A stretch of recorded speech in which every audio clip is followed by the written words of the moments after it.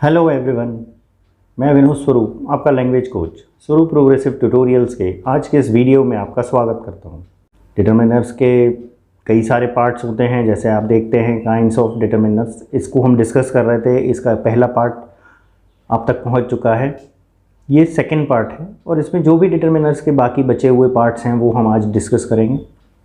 Article को हम discuss कर चुके थे, आज हम डेमोन्स्ट्रेटिव एडजेक्टिव को डिस्कस करते हैं सबसे पहले, और उसके बाद इसी क्रम में सारे ही जो पार्ट्स हैं इसके पोजेसिव्स हैं, एडजेक्टिव्स ऑफ क्वांटिटी है, एडजेक्टिव ऑफ नंबर है, उन सबको भी हम डिटेल में डिस्कस करेंगे। तो सबसे पहले हम देख लेते हैं डेमोन्स्ट्रेटिव एडजेक्टिव्स। डेमोन्स्ट्रेटिव एडजेक्टिव्स में 4 डेमोन्स्ट्रेटिव एडजेक्टिव्स होते हैं, दिस, दैट, दीज, दोज। जैसा कि चार्ट में आपको दिख रहा है, दिस और दैट का यूज़ सिंगुलर के लिए होता है, जिसमें कि दिस नियर को डिनोट करता है और दैट जो है वो फार, मतलब कोई चीज़ अगर दूर है तो उसके लिए दैट, और कोई चीज़ पास है तो उसके लिए दिस का यूज़ होगा।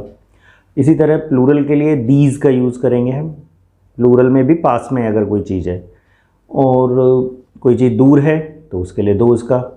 एग्जाम्पल्स के थ्रू ज़्यादा बेहतर तरीके से हम जानते हैं, समझ सकते हैं, तो वो देख लेते हैं। दिस इज़ माई फ्रेंड, ये मेरा फ्रेंड है, ये पास में ही खड़ा हुआ है, सिंगुलर भी है। दीज आर माई फ्रेंड्स, ये बहुत सारे हैं, पास में ही हैं।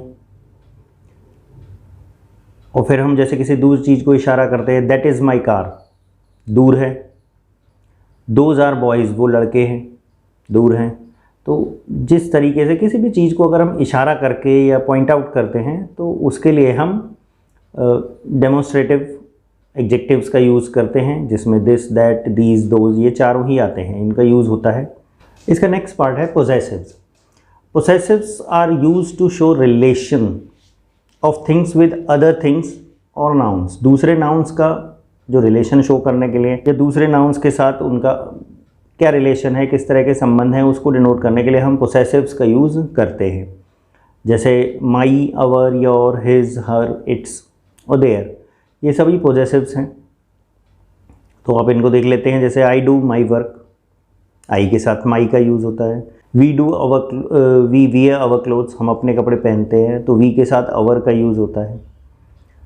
यू रीड योर बुक्स, आप अपनी किताबें पढ़ते हैं। He went to his college, वो अपने कॉलेज जाता है। तो जिस तरह का सब्जेक्ट है उसके साथ उसी तरह का पोजेसिव्स का यूज़ होता है। शी हेल्प्ड हर फ्रेंड, उसने अपने फ्रेंड की हेल्प की। अब शी लड़की है तो इसलिए हर का यूज़ हो रहा है उसके साथ। It is a lock where its key, ये ताला है, इसकी चाबी कहाँ है। तो इट्स की मतलब उसकी चाबी, ताले की चाबी, नॉन लिविंग है। दे डू देयर वर्क, वे अपना काम करते हैं। तो ये पोजेसिव्स भी इसका पार्ट है डिटरमिनर्स का। इसके बाद जो चीज़ें आती हैं, सबसे पहले हम देख लेते हैं एडजेक्टिव ऑफ क्वांटिटी। क्वांटिटी का मतलब है कोई भी चीज़ जो क्वांटिटी में है, जिसको हम मतलब काउंट नहीं कर सकते। तोल सकते हैं, तोलेंगे ऑफकोर्स, गिनेंगे या मेजर करेंगे तो मेजरमेंट तो उसके अलग अलग होंगे, बट वो काउंट नहीं हो सकते, तो उनको हम क्वांटिटी में यूज़ करते हैं। जैसे लिटिल, लिटिल में क्या होता है, इसका यूज़ कैसे होता है, बिफोर अनकाउंटेबल नाउन, जिन नाउन को हम काउंट नहीं कर सकते। टू शो वेरी लेस और नेग्लिजिबल, मतलब बहुत कम चीज़ों के लिए जिसकी कोई वैल्यू ही ना है, ना के बराबर, उसके होने या ना होने से कोई फ़र्क नहीं पड़ता है, ऐसे उस चीज़ों के लिए लिटिल का यूज़ किया जाता है। I am very busy, I have little time for fun, मतलब बहुत बिजी हूँ, मेरे पास फ़न करने के लिए बहुत कम समय है। बहुत कम समय का मतलब है ना के बराबर, मतलब ऐसा टाइम जिसके होने या ना होने से कोई बेनिफिट ही नहीं है। नेक्स्ट है a little, before uncountable noun and its means less amount, मतलब अनकाउंटेबल नाउन और इसका मतलब है बहुत कम मात्रा में। जैसे there is a little milk in the jug, jug में बहुत थोड़ा सा मिल्क है। बहुत थोड़ा सा का मतलब बहुत ही कम, मतलब जिससे 1 या 2 सिप आप कह सकते हैं। The little before uncountable noun and means all that it had, मतलब जितना था उतना सब, फिर भी बहुत कम है ये, जितना था उतना सब लेकिन फिर भी कम है। जैसे I ate the little food you gave me, आपने जितना खाना मुझे दिया था वो मैंने सब खा लिया, बट पूरा नहीं था वो। लेकिन इसका मतलब ये नहीं है कि पेट भर गया, लेकिन कम था, वो जो भी था जितना भी दिया वो खा लिया, लेकिन वो कम था। तो इसमें लिटिल, लिटिल और द लिटिल, ये तीनों जो हैं ये नेग्लिजिबल से सम, मतलब अ लिटिल जो है सम के इक्वल होता है और सम तक आता है, और उसके बाद ये थोड़ा सा और ज़्यादा हो जाता है। बट इन तीनों में ही ये नहीं होता कि वो चीज़ पर्याप्त हो जाए। नेक्स्ट है होल। होल का मतलब होता है द सेंस ऑफ कंप्लीट और फुल, पूरा। I have completed the whole work, मैंने सारा काम पूरा कर दिया, ख़त्म कर दिया। Much before uncountable noun and it means large in amount. Uncountable noun तो होता ही है, लार्ज इन अमाउंट मतलब ज़्यादा। I don't have much milk, मेरे पास ज़्यादा दूध नहीं है। आप ये भी कह सकते हैं आई हैव मच मिल्क, मेरे पास ज़्यादा दूध है। तो मच का मीनिंग ज़्यादा से भी होता है। सम, अनकाउंटेबल नाउन से पहले ये लेस इन अमाउंट को शो करता है कि मात्रा में थोड़ा सा कम है। There is some milk in the pot, आप यहाँ सम की जगह अ लिटिल भी लगा सकते हैं। There is a little milk in the pot, एक ही बात है, दोनों सेम है। अ लिटिल और सम एक बराबर होते हैं। नेक्स्ट है इनफ। इनफ में एडिक्वेट अमाउंट, मतलब जितनी है उतनी ज़रूरत है उतना पूरा। I have enough strength to work, काम करने के लिए जितनी ताकत की ज़रूरत है उतनी है। Any, countable nouns, uncountable noun से पहले यूज़ होता है to show some in amount in negative and interrogative sentence. इसका यूज़ नेगेटिव और इंट्रोगेटिव सेंटेंसेज में होता है। जैसे he did not do any work, वो ज़्यादा काम नहीं करता, उसने कोई काम नहीं किया। एनी मतलब कोई काम नहीं किया। फुल, फुल का मीनिंग होता है before countable noun and means holding और containing as much as possible, मतलब किसी भी कंटेनर की जितनी कैपेसिटी है उसमें जितना आ सकता है उतना ही आपने भर दिया तो वो फुल हो जाएगा। जैसे the bin needs emptying it is full, जो डस्टबिन है वो पूरा भर चुका है, उसे खाली करने की ज़रूरत है तो उसे खाली करना चाहिए। तो वो कह रहे हैं उसकी जितनी कैपेसिटी है उसमें उतना आपने डाल दिया, दैट इज़ फुल। नेक्स्ट आता है सफिशिएंट, जितनी ज़रूरत है उतना, सफिशिएंट भी उसी को कहते हैं। We have sufficient fuel to last for week, मतलब हमारे पास जितने ई फ्यूल की ज़रूरत है उतना है जो एक हफ्ते तक चल जाएगा। मतलब गाड़ी में उतना पेट्रोल है जो एक हफ्ते तक चल जाए, सिलेंडर में उतनी गैस है जो एक हफ्ते तक चल जाए, या घर में जो लकड़ी है, जिनकी लकड़ी से खाना बनता है तो पर्याप्त है, एक हफ्ते तक चलेगी। तो जो भी फ्यूल है वो उतना है कि एक हफ्ते चले। इंटायर का मीनिंग है होल या complete. She manage to read the entire book in 2 days, उसने मैनेज किया कि वो पूरी बुक को 2 दिनों में पूरा कर लेगी। उसने मैनेज किया कैसे भी करके कि वो पूरी बुक को 2 दिन में फिनिश कर ले। एग्जेक्टिव ऑफ क्वांटिटी के बाद आता है adjective of number. Adjective of number का ये चार्ट आप देख सकते हैं जिसमें definite numerical adjectives and indefinite numerical adjectives, 2 तरह से होता है ये एग्जेक्टिव ऑफ नंबर।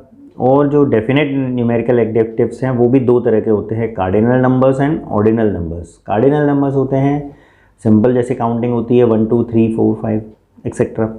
और ऑर्डिनल नंबर्स होते हैं, उन्हें रोमन नंबर्स भी हम कह सकते हैं, जो ऑर्डर को शो करते हैं, क्रम को शो करते हैं, first second third fourth fifth and so on. इसके बाद एग्जेक्टिव ऑफ न्यूमेरिकल जो हैं हम उनको डिटेल में देख लेते हैं। जैसे कार्डिनल एंड ऑर्डिनल्स हैं, he has 3 pens, cardinal numbers, उसके पास 3 पेन हैं। आई हैव 2 फ्रेंड्स, मेरे पास 2 दोस्त हैं। ऑर्डिनल नंबर्स में क्या होता है, she stood first in the class, वो क्लास में first I. His house is third from the left, उसका घर लेफ्ट साइड से थर्ड है। इसके बाद आते हैं इंडेफिनेट न्यूमेरिकल एग्जेक्टिव्स। इंडेफिनेट न्यूमेरिकल एग्जेक्टिव्स कौन कौन से होते हैं, जैसे फ्यू, जो काउंटिंग के लिए यूज़ किए जाते हैं। Before plural countable noun to show very less और नेग्लिजिबल, बहुत कम मात्रा को या नेग्लिजिबल को शो करने के लिए फ्यू का यूज़ होता है। जैसे ही हैज़ फ्यू फ्रेंड्स, उसके कुछ दोस्त हैं। फ्यू मीन्स बहुत कम।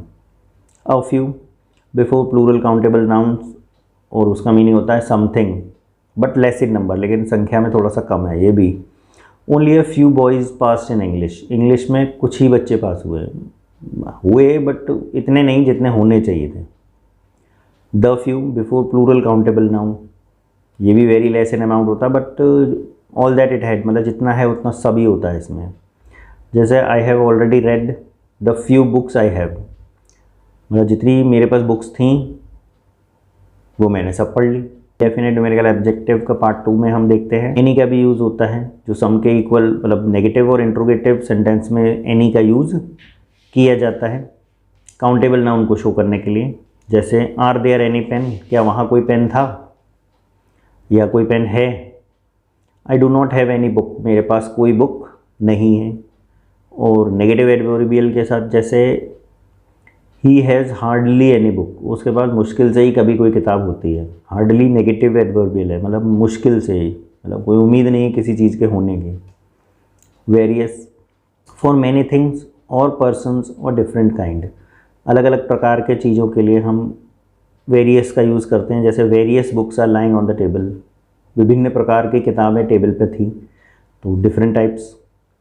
आता है सेवरल फॉर मैनी थिंग्स और पर्सन्स ऑफ सम कैटेगरी, किसी कैटेगरी की बहुत सारी चीज़ें।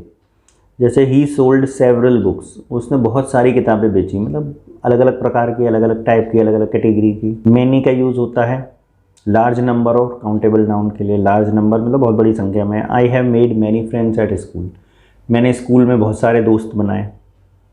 All every one of the group, group में जितने भी लोग हैं उन सब के लिए ऑल का यूज़ होगा। जैसे all the people at the meeting voted against the plan, मतलब सभी लोगों ने मीटिंग में जो भी प्लान आया था मीटिंग में उसके अगेंस्ट में वोटिंग की, मतलब उस प्लान को एक्सेप्ट नहीं किया सबने, ऐसी वोटिंग है।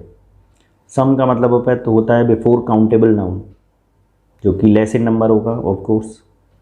There are some mangoes in the basket, basket में कुछ आम है, मतलब कुछ का मतलब है ज़्यादा नहीं है, ज़रूरत से कम। नेक्स्ट आता है एनफ, एनफ में एडिक्वेट नंबर, प्रॉपर जितनी ज़रूरत है उतना। We saved enough money to buy a car, हमने पैसे बचा लिए हैं, पर्याप्त पैसे, जितनी ज़रूरत है कार खरीदने के लिए उतने पैसे बचा लिए हैं, तो मतलब जितनी चाहिए उतने हैं।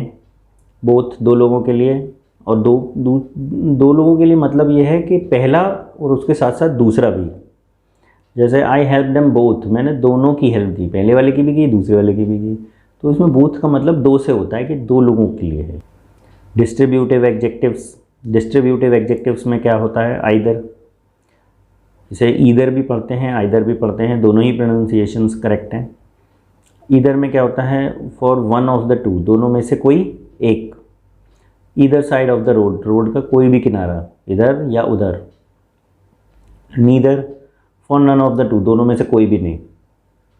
नीदर बुक इज़ कॉस्टली, कोई भी बुक कॉस्टली नहीं है। ईच फॉर टू या मोर देन टू, दो के लिए या दो से ज़्यादा के लिए। Each student got a price, her student ने प्राइज़ जीता, दो भी हो सकते हैं, दो से ज़्यादा भी हो सकते हैं। और एवरी का जो होता है वो होता है फॉर मोर देन टू, मतलब दो तो होंगे ही नहीं, दो से ज़्यादा ही होंगे, एवरी अगर लगा रहे हैं आप तो। Every student was given a price, her student को एक प्राइज़ दिया गया। डिटर्मिनर के यही पार्ट्स हैं, इन्हें हम अगर ध्यान से पढ़ें, समझें और इससे रिलेटेड एक्सरसाइजेस को प्रैक्टिस करें तो डिटर्मिनर्स हमारे स्ट्रॉन्ग होंगे। और देखते रहें, सीखते रहें। कोई प्रॉब्लम है तो आप कमेंट्स में ड्रॉप कर सकते हैं, I will try to answer all your queries. अगर आपको ये चैनल अच्छा लगता है आप लाइक कर सकते हैं, अपने दोस्तों के साथ शेयर कर सकते हैं, and don't forget to subscribe channel. Thank you.